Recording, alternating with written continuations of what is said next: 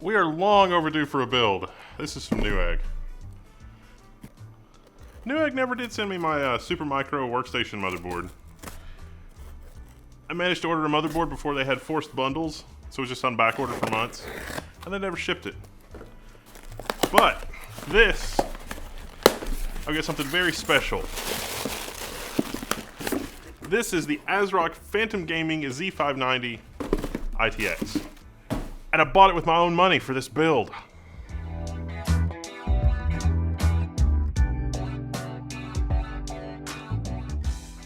Is he a crazy person? Well look, I reviewed the Z490, and the Z490 is completely fine. And if you've got the Z490, I can literally use the CPU from the Z490 in the Z590. Why did you buy the Z590? Well, it's for you! So that I can review it. ASRock sent me the Z490.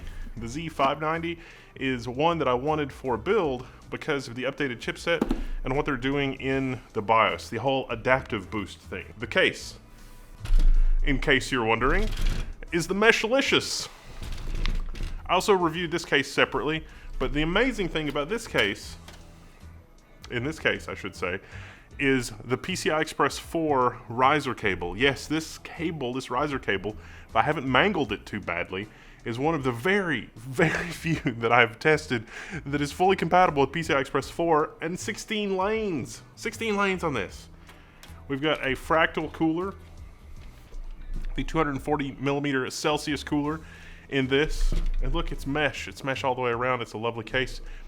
This is going to be a living room PC connected to a 4K display, probably doing 1080p gaming a lot of the time. The GPU. It's the ASRock Phantom Gaming 6600 XT. Why the 6600 XT? It's because the cooler is pass-through. The PCB ends here, and the cooler is that much more tall. It's a triple fan cooler. You got the polychrome zinc, which will be able to see through the mesh and all that kind of thing. It's a 2.1 slot card, which is particularly good for this case.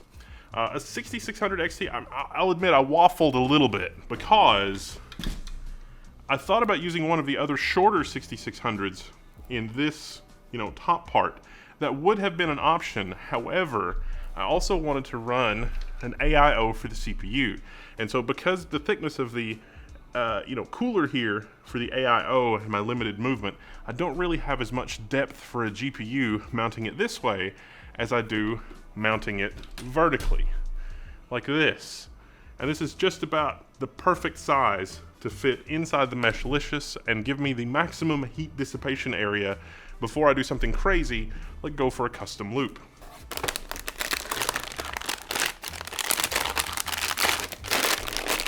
I have the power. Maybe. We gotta talk for a second about what these 11th gen CPUs do. This is an 11900K, which I think is overkill. I think that if you see a 10850K on sale for like $200 to $300, as we have seen from time to time, that would be the deal to get.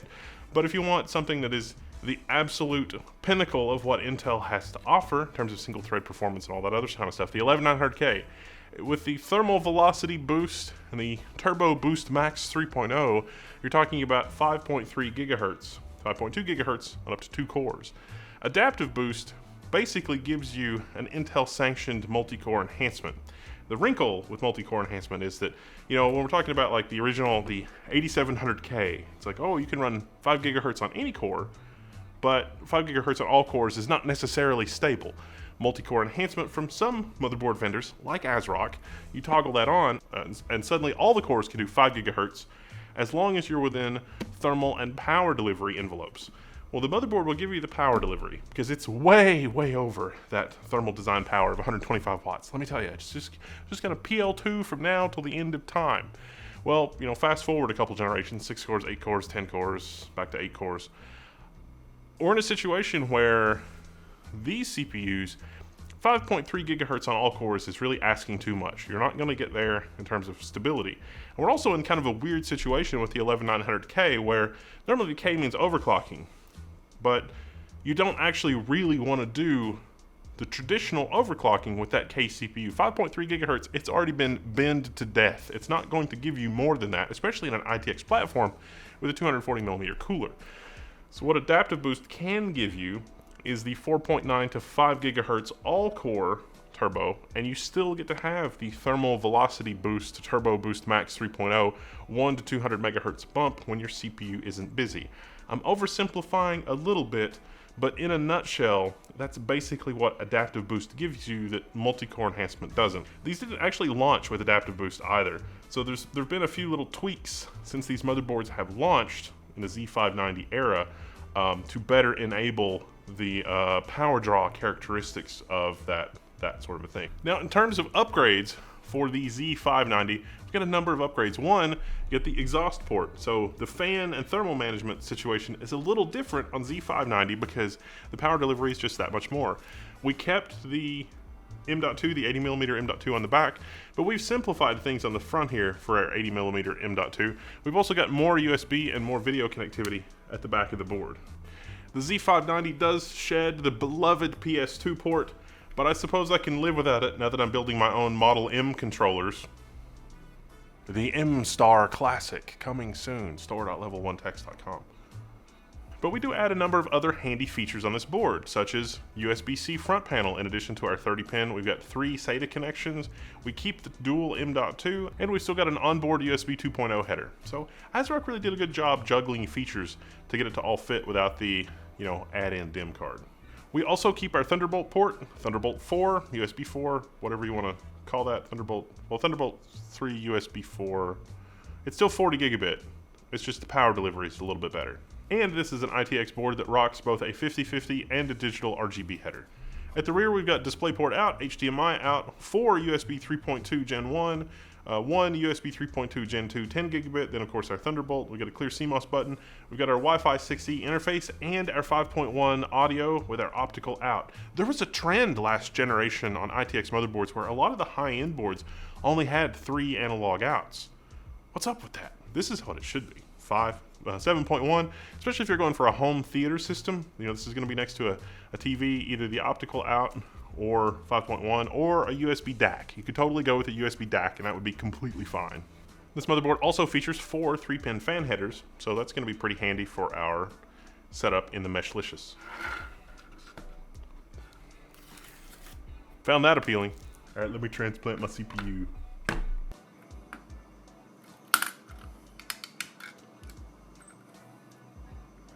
Thunderbolt 4, Rev 1.02. 1.02 on the printed circuit board. Now, one important thing to note if you are going to do a build with the Z590, if you do happen to get one of those 10 series CPUs on sale, know that this M.2 slot is wired up to the extra PCIe lanes on the 11th gen. That's one of the nice things about the 11th gen. It's PCI Express 4, and this motherboard delivers PCI Express 4 in spades. So if you're going to get a 10th gen CPU, you'll have to use the M.2 on the back of the motherboard.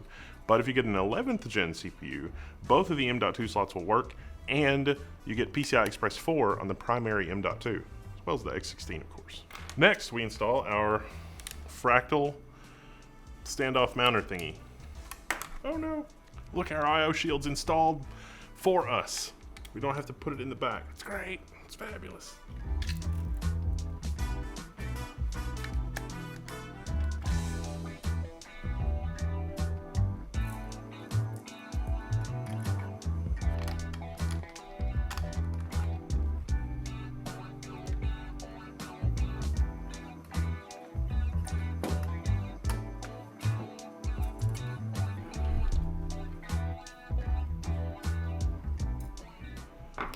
Alright, now our secret weapon for this build, because I'm an impatient, horrible person, is the Samsung 980 Pro PCI Express 4, one of the fastest PCI Express 4 SSDs that you can get. It's a good all-rounder.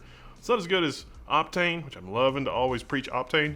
If I had my choice of a 980 Pro or the Intel H20, it would really be a close choice, because the H20 is going to be better for home theater type applications, but for everything else, the 980 Pro is going to beat it. The other secret here It was a 550 watt power supply. I happen to be using an EVGA one because it was on sale at Micro Center. 550 watts, you may think, that's not really enough. Well, it is in this case with a 6600 XT, because remember, our dissipated power for a board like that, it's on the order of about 160 watts. Even with overclocks, it's going to be well below 200 watts. That leaves us at least a 300 watt budget for our CPU. That gives us plenty of headroom, even though this is a monster 11900K CPU. If you go with something like the 10850K and you're not trying to do extreme overclocking, you're just trying to do like the multi-core enhancement type thing, 250 watts, 275 watts is a power budget for your CPU is plenty. Everything else is pretty negligible. I mean, each fan is on the order of 10 watts or less, and this 980 Pro is on the order of about 10 watts. So, you know, the power usage of your other stuff is pretty negligible unless you're getting into mechanical hard drives and everything else. In fact, even with this 550 watt power supply, we could even go to a 6700 XT, and that would be a little nice because then it would be using all 16 of our PCI Express 4.0 lanes. As it is, the 6600, the Phantom Gaming, it's only using 8 lanes. That's how it is with all 6600 XTs. But this is shaping up to be a mighty fine build. Now, Meshlicious does have room for a full-size power supply, of course, but I'd like to have a little bit more room for activities. For the memory, I'm using Team Group. That's a kit of memory that I've reviewed previously. That is the incorrect Phillips screwdriver. Another really awesome feature of our Meshlicious is that we have USB-C and USB Type-A ports on the top, and with this motherboard, I've got a USB Type-C connector, so it's going to work out great. Now, even though this is a 550 watt power supply, I've got dual 8-pin connections, so I could get away with that 6700 XT. Our 6600 XT, of course, is only that single 8-pin connection.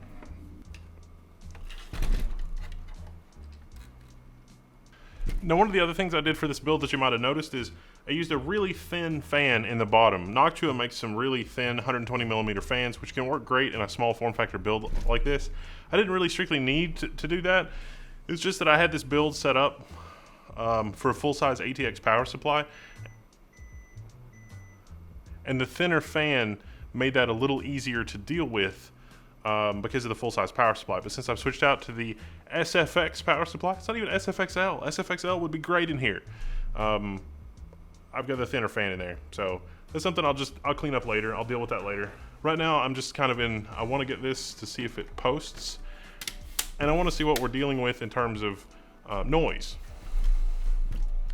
The really great thing about these mesh side panels versus tempered glass is that no one can see what awful, awful crimes against humanity you have committed on the inside of the case. Ooh, that Fractal Celsius wants to be free. All right, we got the system put together, and I've already sort of done the pre-test testing. But that's what we're working with in terms of noise. Let me show you.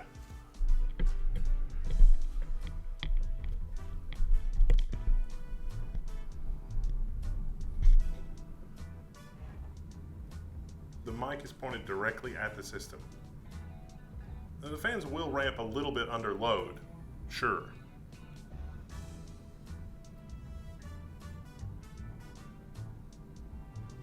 But that's really, really very impressive, both for the GPU and the CPU.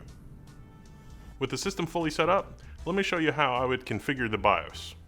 Now, I've actually tried a couple of different permutations of the system configuration on the Z590. I wanted to try a 10900K, a 50K, an 11700K, and an 11900K, just to make sure that the performance was the same and there weren't any performance regressions. So in the BIOS, you might, I've got a couple of different cuts here. You might notice that there's some different peripherals from some different testing, but that's okay. Whenever you update your BIOS, the settings are reset. Whenever you first set up your system, the BIOS settings are reset. They're extremely conservative, so that no matter what you have, hopefully it boots. That means that you've got no XMP profile, your memory's not running as fast as it could. That means that things like multi-core enhancement or things that you can just turn on for free performance boosts, especially if you've got a K-series CPU, are not on. So the first order of business, turning on the XMP profile. Well, actually, before we get to that, we should also check the BIOS, because check this out. There's the CPU ratio. It's like, okay, it's showing 5.3 gigahertz across the board. There's actually a bug here. Can you spot what it is? We've got the AVX2 ratio I'm going to put in 3.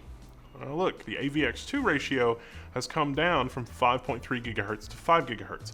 I've got news for you. None of these Intel CPUs are going to be stable with AVX2 or even AVX512 at full speed. Normal spec for these Intel CPUs is to run these vector instructions at a lower clock speed. It's still higher performance overall than doing it the non-vector way, but these are basically parts of the CPU that do a highly serializable math.